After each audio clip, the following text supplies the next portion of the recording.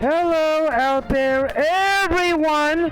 May y'all be, and we're continuing with episode 3 of My Angel Girlfriend.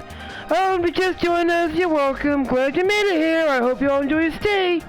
And always remember the most important character is you, the reader. Let's get it up!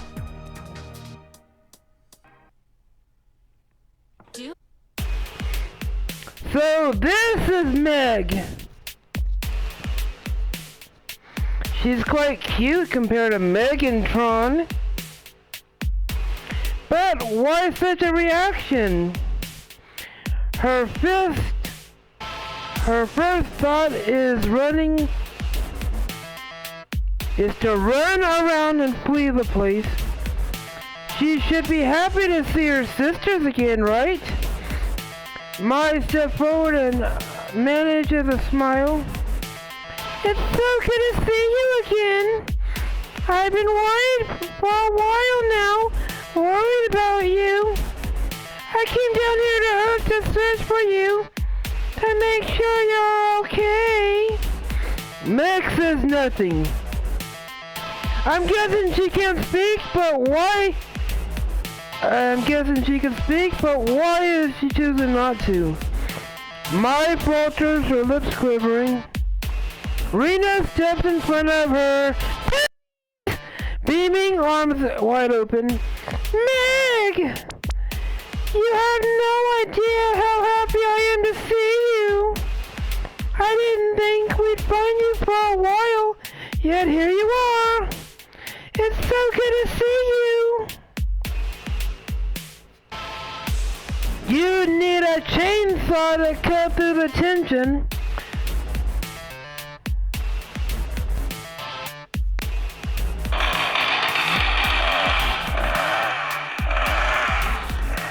I'm gonna cut through the attention.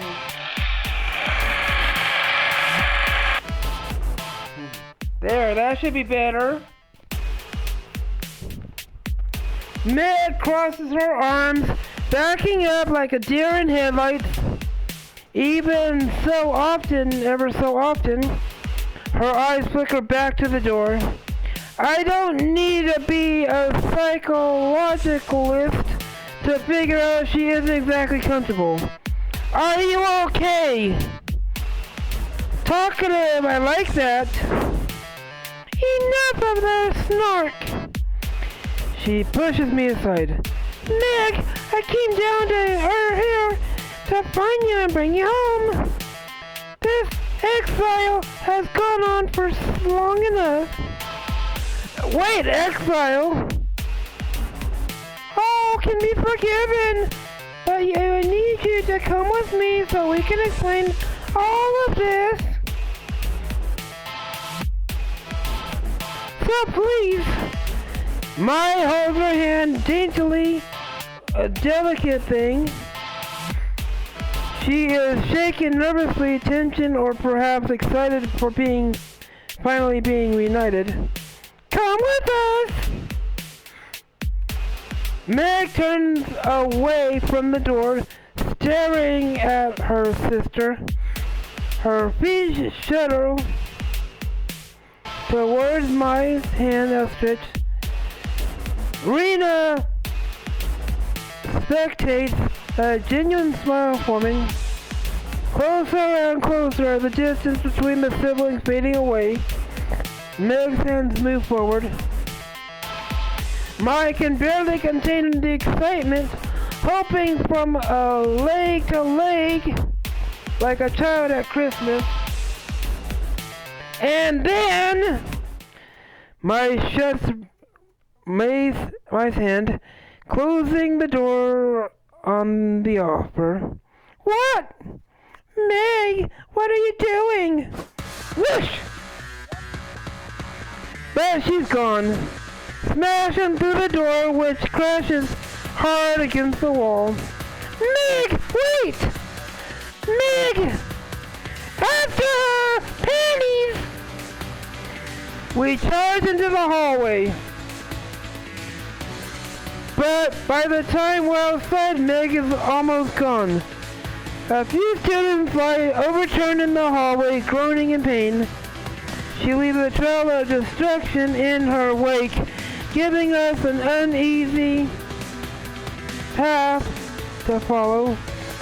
She's heading to the roof. We should cut her off.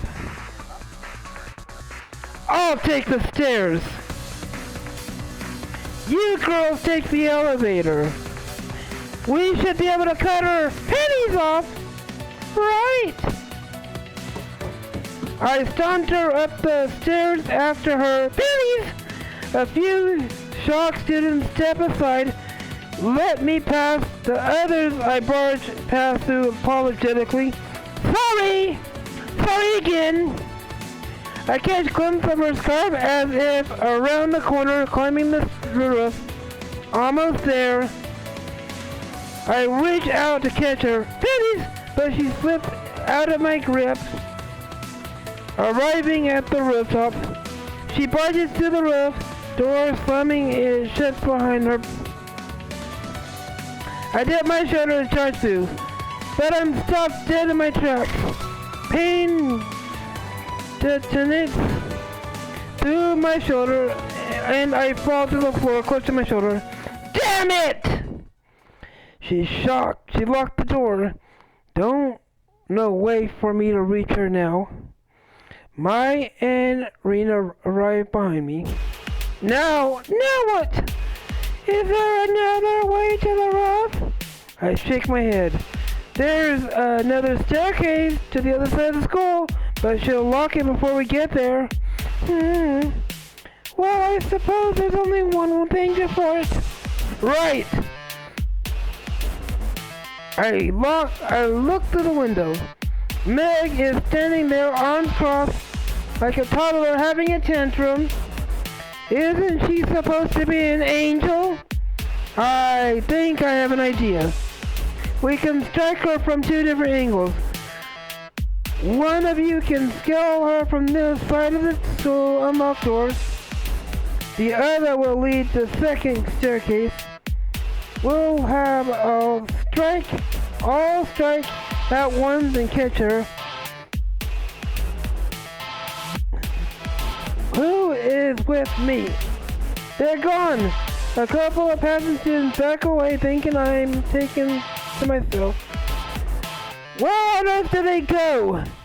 My answer came in form of a squeal and pleas for help. Meg races towards me, desperately trying to escape.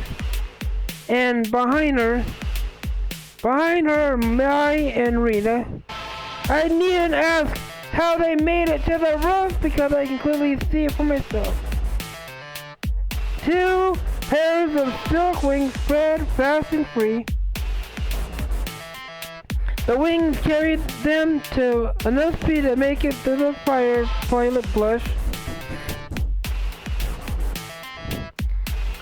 She is pounding at the staircase before remembering she locked it. She fiddles with it, but it's too late. Mai and Rena seize her by the arms, dragging her back to the roof. They fold their wings, making them look normal humans again. Rena unlocks the door for me and I join them on the rooftop. Mai wriggles and squirms under her white knuckle grip. Let me go! Not a chance. You caused us far too much trouble. Just come quietly, Meg. There's no need for this. Say, you guys, you two good girls of the afterlife. I got exile from heaven. They don't want me there. Just leave me here. I like this place. We're going to get you in a place, heaven once again. Please calm yourself. No! I won't go back! Rena sighs and turns to me. I apologize. I did not anticipate such difficult in retrieving her. You're not taking me anywhere. She crossed her arms. I like it here on Earth. People treat me nicely and I don't have to constantly look over my shoulder. worried that one little slip-up is going to make me the end of my time in heaven. But because you good girls wouldn't know anything about that, she pouts, huh? And then looks at me up and down. Something sparkles in her eyes as she grins. Wait a second. You're a human, aren't you? Yes. Great. She hops from one foot to the other. Tell them what? Tell them how awesome it is on the planet. Our planet? She thinks she's one of us? Well, our planet isn't really that awesome. Pollution, famine, war, environmental collapse. Yeah, but aside from that, tell them how awesome the planet is and why it should be allowed to stay. She puts her hand together and tilts her head, sickly locks dropping in front of her face like cute bile. Please? My chest tightens. I'm forced to turn away. These angels are powerful indeed. But can I really back Meg up here? Especially since Mai and Rena want to take her home? What should I say? I understand Mai and Rena's intentions. They want to bring someone they care about back home. And yet this isn't the way to go about it. They're trying to pull her away from the earth, roots and all. Not allowing her to blossom on her own. Hey, girls! What? Let's just chill for a moment. Oh dear, it appears he has fallen under Meg's influence. Yeah? She raised behind me, leaning out only to stick her tongue at the other two. Take that! This human wants me to stay.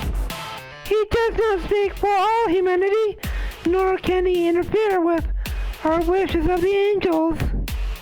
Indeed, I'm sorry you say, Pluto, but this path won't end well for you. Stubbornness won't end well for you. Just hear her out for a second, okay? Mike glares for a moment before crossing arms. You've got 1 minute, go! Alright, Meg, why did you leave? She frowned and she remembers her awful memories. Because it sucks in the afterlife.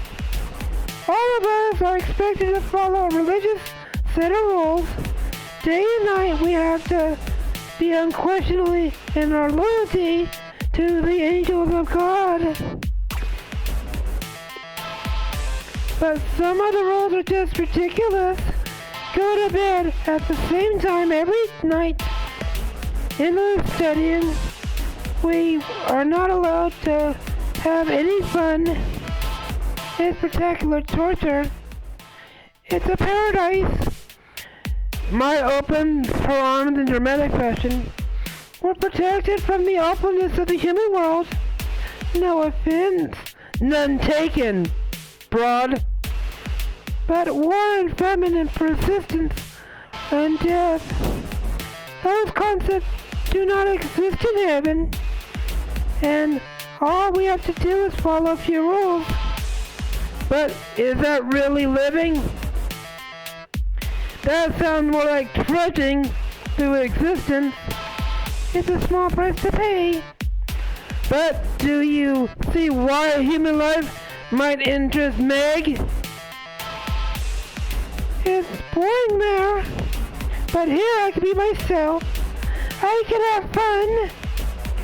Life isn't always fun. My sighs. But I see we're not going to get anywhere like this.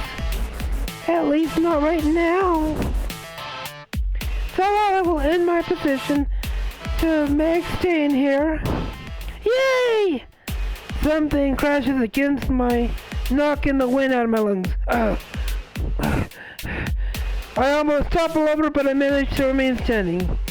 I can turn my head just enough to see Meg snuggling into my back. Thank you. No problem. The position is a bit embarrassing, but it feels nice. However, my holds up 3 fingers. You'll have to follow some rules, or so help me, I'll drag you kicking and screaming back to heaven. Fine.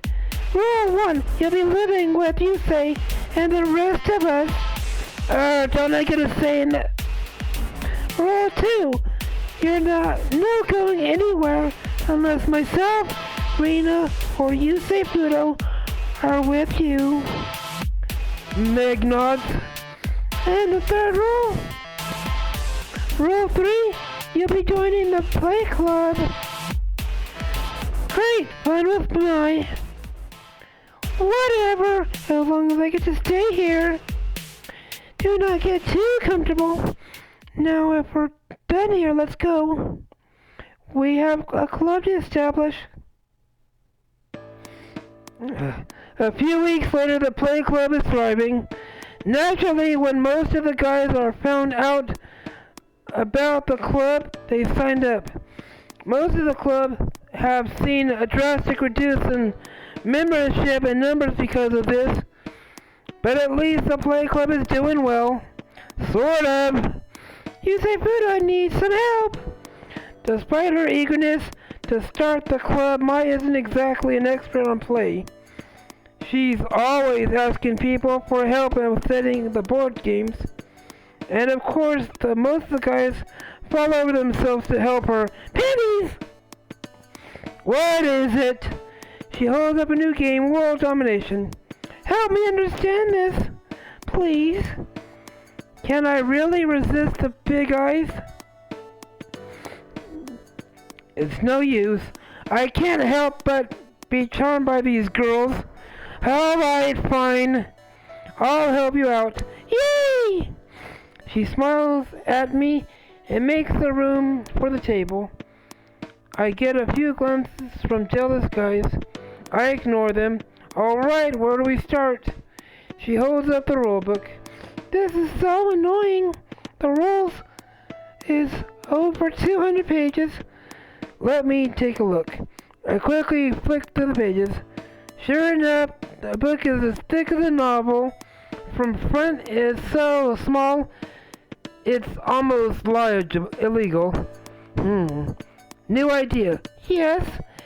Make fun rules. Yes, victory's mine. Wait, what? It's just a few short turns. Maya has destroyed my capital city and obliterated my armies. How did you do that? It's not in the rules. You said we can make our own rules. Not in the middle of the game. My giggles.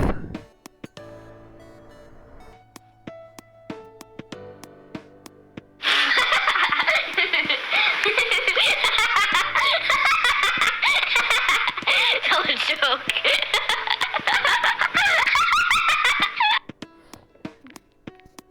Sorry, but I win. Grr, fine. I believe in most cultures it is tradition for the loser to do something for the victor. Wait, we need to agree on that. My waves wags her finger. You said we could agree into the rules. Fine. Excellent. You'll take me on a date. At that moment, you could have heard an angel's feather drop. Rena and Meg stay immersed in the game, but every other person in the room turns to look at us. Some of the guys are on the verge of tears, others overcome with anger. This AESP thing is powerful.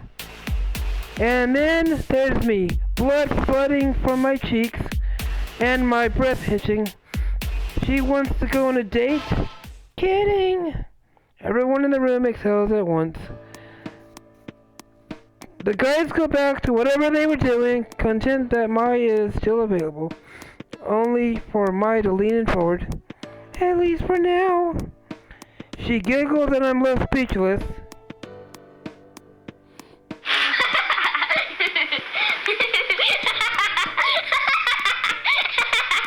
Tell a joke.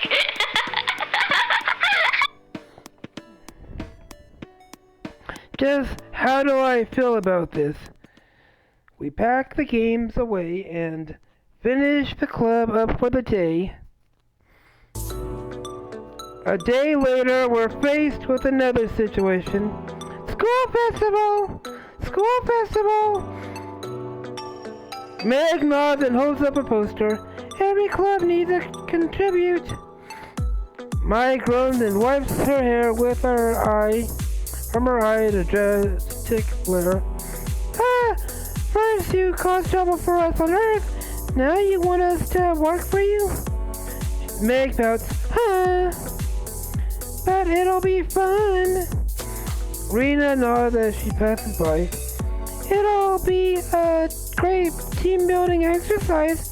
I think it's just what we need. Well, I guess I could give it a shot. A dark grin forms on my face. But only if we build my creation. Okay. The smile tripping me to a Boo! Ah! I trip and fall back on my chair, much as my memento. Ah! I'm sorry, Sakuto. You're a devil! She helps me up and hands us off. I think we should work on a scary project. One that will frighten the pants off everyone in the school. That's kind of fun, right? I guess in a thrill-seeking kind of way. Excellent haunted house it is. Actually, that sounds like a really good idea. We haven't had a haunted house at the school festival in a while. Well, we'll make it one to remember. Hey, hold on. Uh-oh.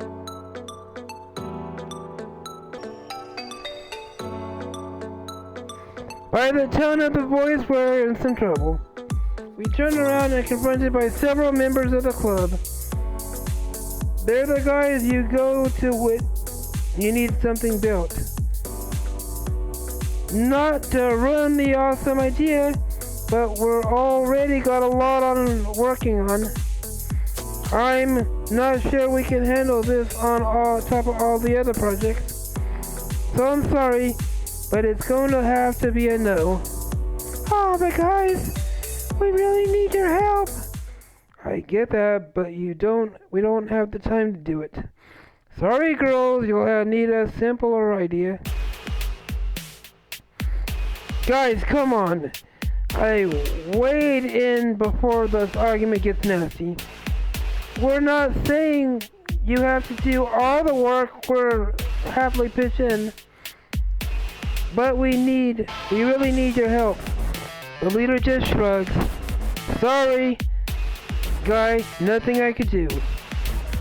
My smile wobbles and drops and the sighs herself. Alright then, there's only one way to make you guys see reason.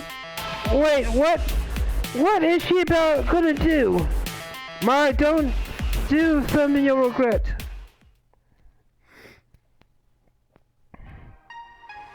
Alright everyone, here's what I'm gonna call this an episode. If y'all like the video, do me a favor and please punch the like button in the face like a boss and high five all around.